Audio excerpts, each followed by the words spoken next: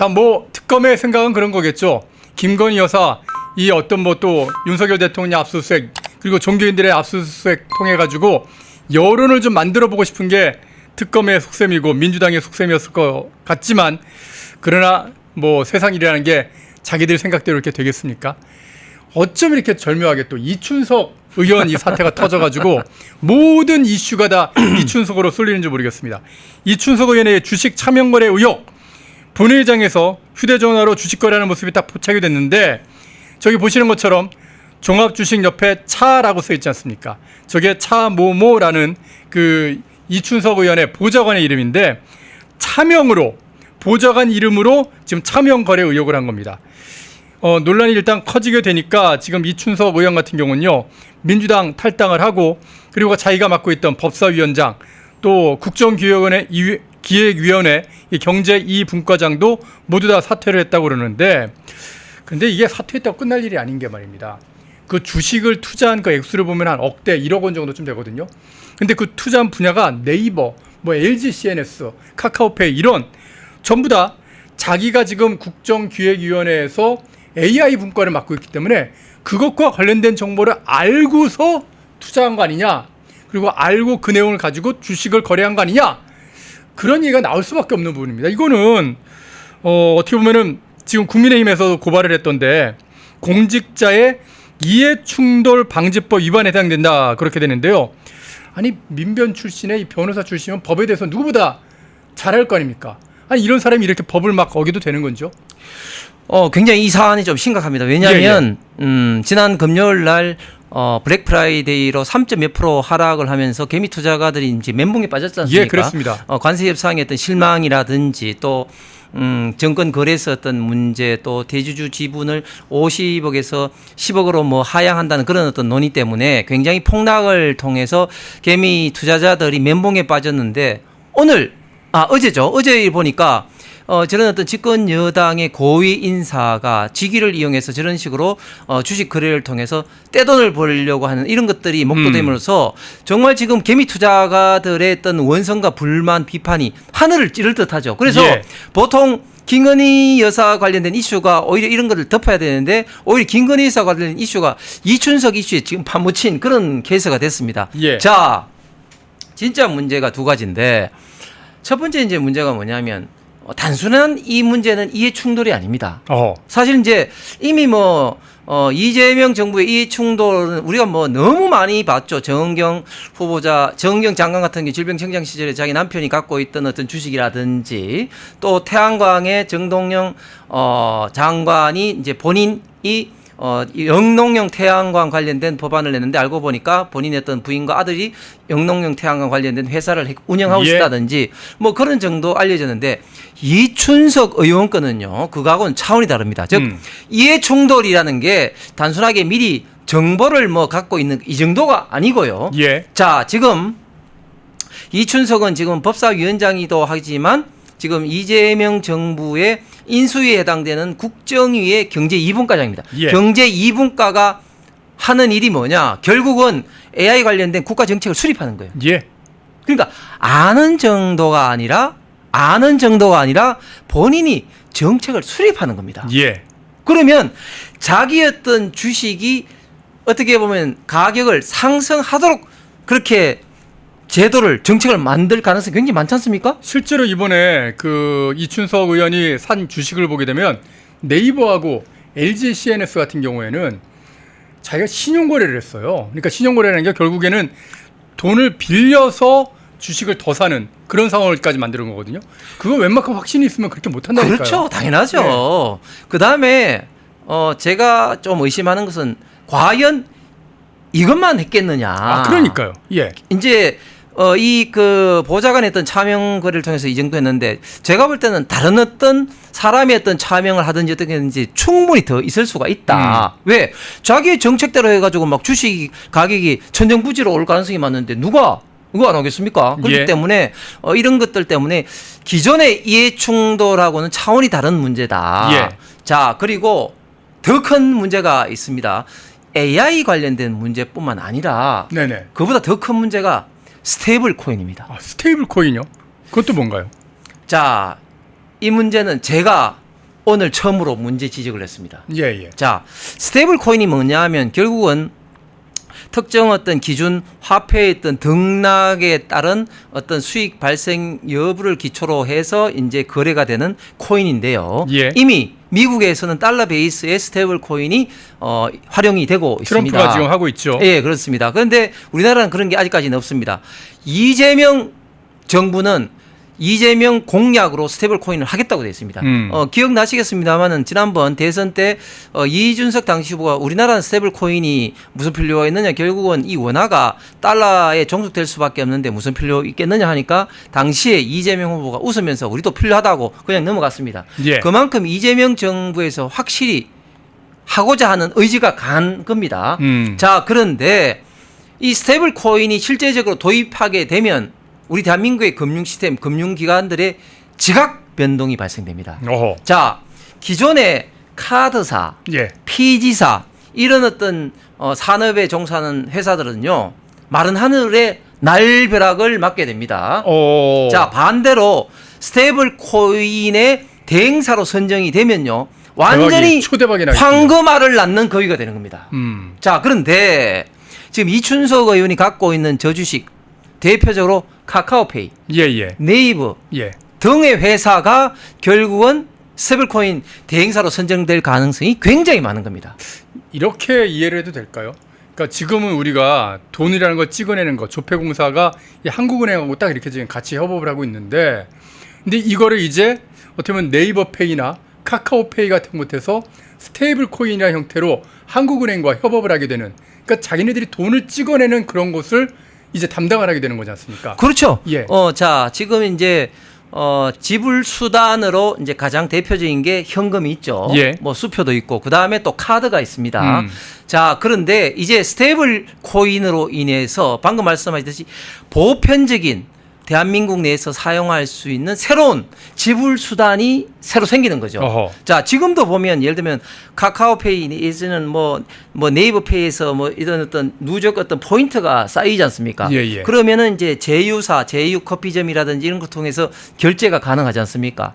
그런데 지금은 그런 제휴를 넘어서 이렇게 딱 정해지게 되면 대한민국에서 화폐와 같이 그런 지불 수단으로 통용이 되는 거죠. 그러면 이제 카카오페이, 네이버페이를 가지고 저금도 할 수 있고 적금도 할 수 있고 아파트도 살 수 있고 그렇게 된다는 말씀이시죠? 그렇습니다. 이제 완전히 어허. 이제 새로운 유형의 화폐가 창출이 되는 것이죠. 근데 그런 걸 갖다가 지금 결정하는 게 지금 이춘석 의원이 있었던 국정기획위원회 이 AI 분과인데 정확하게 말하면 예. 국정위의 2분과에서 AI를 하고 스테이블 코인은 바로 옆에 1분과에서 합니다. 1분과. 예, 예. 자, 그런데 이 문제는 AI와 스테이블 코인이 같이 연동될 수밖에 없고 하기 때문에 1분과, 2분과가 스테이블 코인 문제에 대해서는 같이 이야기를 할 수밖에 없습니다. 그래서 사실상 이춘석 의원이 모든 것을 직접적으로 관장 컨트롤할 수 있는 위치에 있는 거죠. 예. 그런데 말입니다. 이게 전부 다 중요한 건 뭐냐면 다 불법이라는 거예요. 이미 이런 경우가 과거에 몇 번 있었기 때문에 2023년인가요? 21년인가요? 이 공직자 이해충돌 방지법이란 거를 만들어가지고 굉장히 강하게 규제를 하더라고요. 7년 이하 징역, 7천만 원 이하 벌금, 거기다가 또 국회법 155조를 보게 되니까 사적 이해관계 등록 변경, 그러니까 자기의 재산을 주식이 있는지 없는지 그런 거를 제대로 신고를 안 하고 그게 뭐 변동사항을 갖다가 누락하고 허위 제출하면 이러면 국회법에 따라서 징계하고요. 최고 징계는 제명이지 않습니까? 그렇습니다. 의원직 배지를 내려놓게 하는 그렇습니다. 그런 징계도 지금 가능한 상황이라고 그러더라고요. 그래서 저는 오늘 오전에 네. 그 정청래가 그 이준석에 대해서 의원 제명을 추진다고 할 때 국회의원 제명을 이제 하는 줄 알고 어우 갑자기 정청래가 칼 빼들었는데 생각하는 게 나중에 알고 보니까 비록 민주당에서 탈당은 했지만 예, 예. 윤리위에서 해서 탈당 목적이 결국 이제 당의 의원 제명을 피하기 위해서 한 것은 탈당을 하더라도 할 수 있다는 그런 규정을 가지고 이제 민주당 내에서 의원 제명을 이제 했습니다. 예. 그런데 좀 전에 우리 최대인 부장 말씀하신 것처럼 이것은 제가 볼 때는 보통 심각한 사항이기 때문에 국회의원 제명직도 충분히 할 중요한 이슈고 국민의힘이 아마 이것을 이제 추진할 거다. 예, 예. 그래서 지금 이제 이재명 대통령실에도 엄정한 어떤 경찰 수사를 지금 촉구하고 있는 것이죠. 이만큼 이 사안은 그냥 넘어갈 수 없는 사안이라고 지금 보여집니다. 이건 좀 궁금한 거 하나 좀 여쭤볼 수 있을 것 같은데, 아니 이번에 이춘석 의원이 차명 주식 거래 의혹 딱 터지니까, 아니 보좌관의 전화기를 제가 잘못 갖고 들어간 겁니다, 뭐 그런 식으로 변명을 하더라고요. 도대체 어떤 보좌관이길래 자기 의원께 그 전화기도 빌려드리고 전화기에 그 주식 거래하면 비밀번호 그 인증단계 되게 복잡하지 않습니까? 네네. 그것까지 전부 다 가르쳐 드리는지, 이거 진짜 이 보좌관이 어떤 사람인지 좀 궁금해지는데요.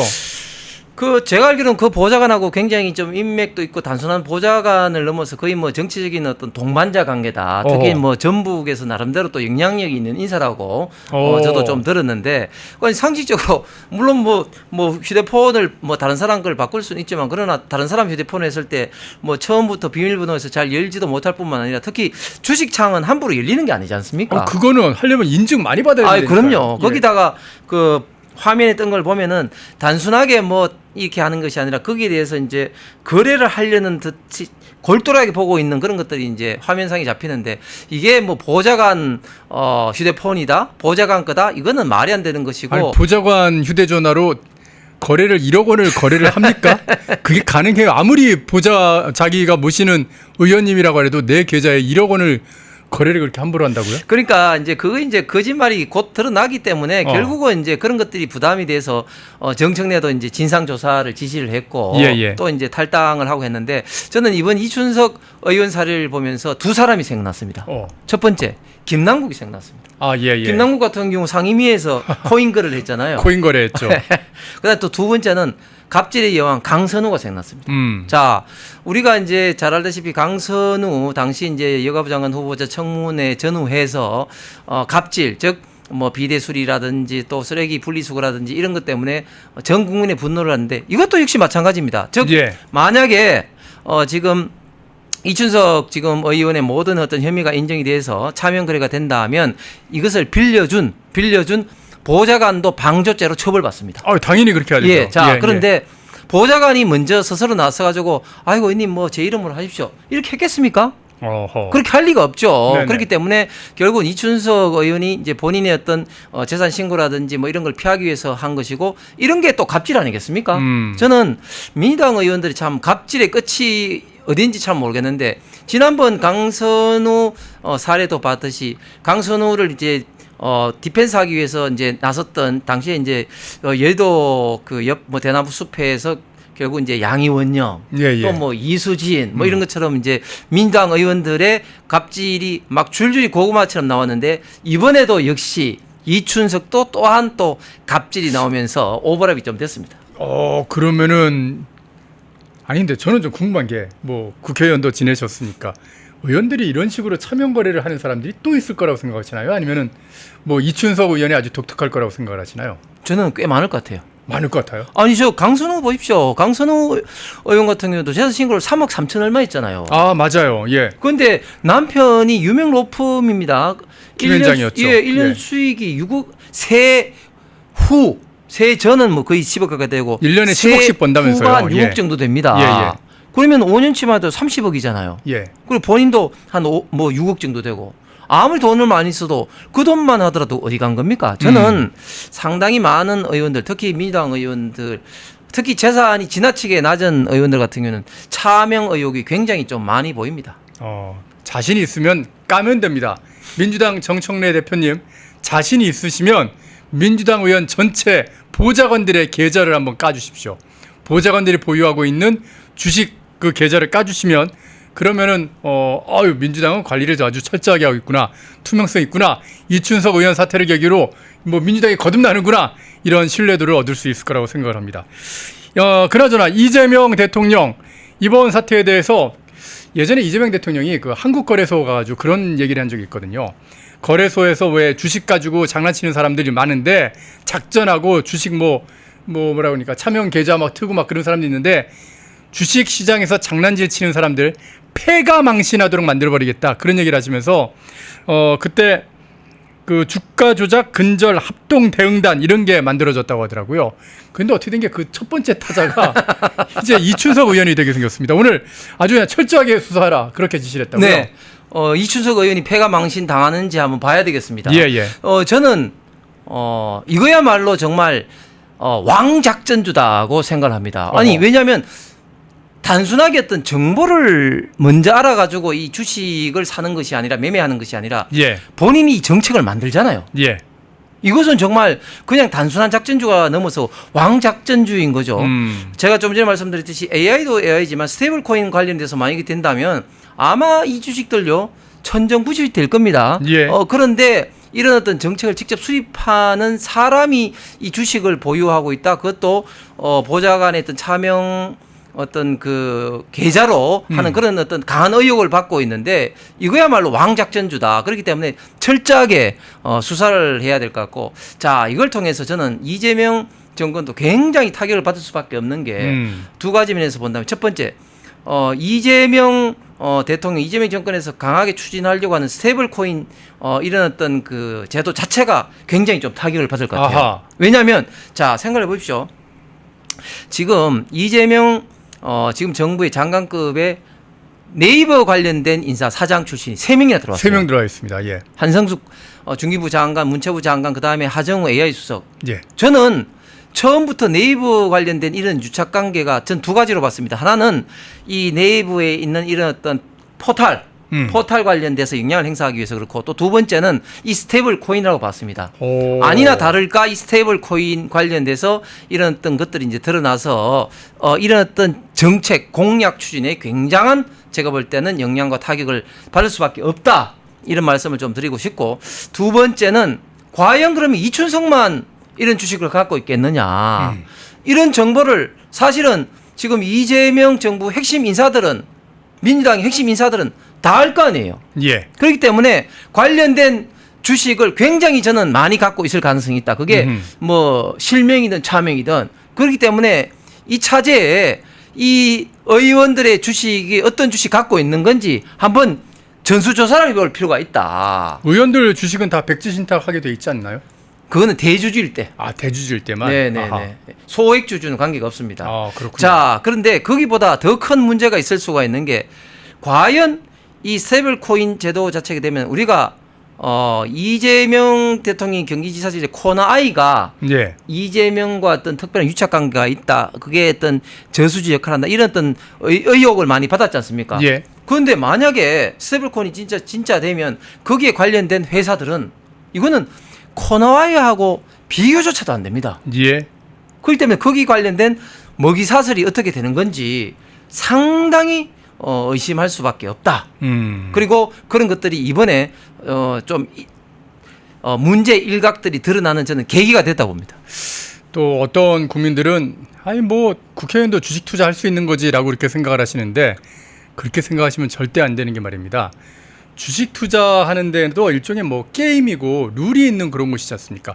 공정하게 자기가 판단해서 거기서 어떻게든 정보를 끌어 모아서 그걸 다 분석을 해서 투자를 하고 그리고 뭐 이득을 얻든지 손실을 입든지 그런 일이 벌어지는 건데요. 그런 공정한 모두에게 똑같이 적용되는 룰 안에서 게임을 한다면 뭐 국회의원도 그 주식 투자해도 되고요. 대통령도 주식 투자해도 됩니다. 근데 그게 아니라 정보의 불균형이 일어나면서 여러분이 100만 원 벌 수 있는 그런 수익을 이 사람들이 여러분 수익을 50만 원으로 줄이고 그 50만 원을 자기들 주머니에 넣고 있는 거 그게 가능한 게 지금 가장 큰 문제인 거예요.